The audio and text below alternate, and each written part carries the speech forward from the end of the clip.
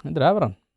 Við ætlum að skipta yfir í evru Já. og þá munu öll þessi vandamál sem við erum búin að vera að reifa hérna síðastliðin hálftíma hverfa, eins og dögg fyrir sól. Þið eru sammála þessu, af hverju? Já, maður veit ekki það sem þú ert að segja, Tóti, sko. Þetta eiginlega ekkert samt fjarri því sem einhvern veginn haldið fram í opinberri umræðu. Þannig af hálfu þeirra sem eru mjög hrifnir af því að Ísland, já, í fyrsta lega þetta gerist aðalega ESB og takið svona efri framhaldinu. Þetta þetta umræðan sem boðið upp hérna á Íslandi og hefur verið undanfarin ár.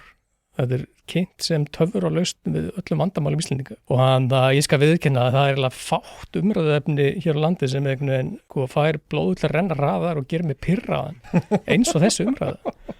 Og einhvern veginn fær mann til þess að íta manni meira í þá átt að finnast þetta að vera heimskulegt og vera mót þessu. Og ég er svona að reyna, ok, maður er að mála blöður og sjá kosti og galla á þessu. Við erum bara 3 hérna. En og þetta þetta umræða sem drifin áfram af, ég hef ekki segið bara einum stjórnmálaflokki, Viðreisn, sem býður okkur upp á þetta, kannski áður fyrir var samfélgingin meira á þessum vagni, minna fyrir því núna, en auðvitað.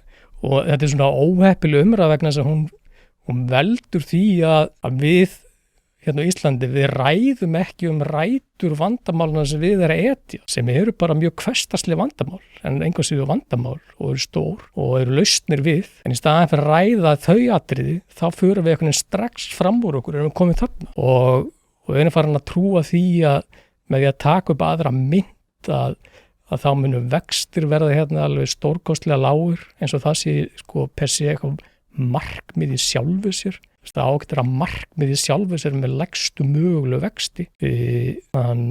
Og síðan heldur, og ég er ekki að gaggrina venjulegt fólk, það er bara eðlilegt að það trúi málsmetandi fólki, hvort sem það sé í pólitíkinni eða öðru vettvangi, þegar þetta er kynnt með þessum hætti að það haldi að þetta mun ekki hafa nein áhrif á hvernig við hugum okkar málum á vinnumarkaði eða opinberja hagstjórn eða hvaða áhrif þetta kann að hafa á húsnæðismarkaðan og svo framvegis.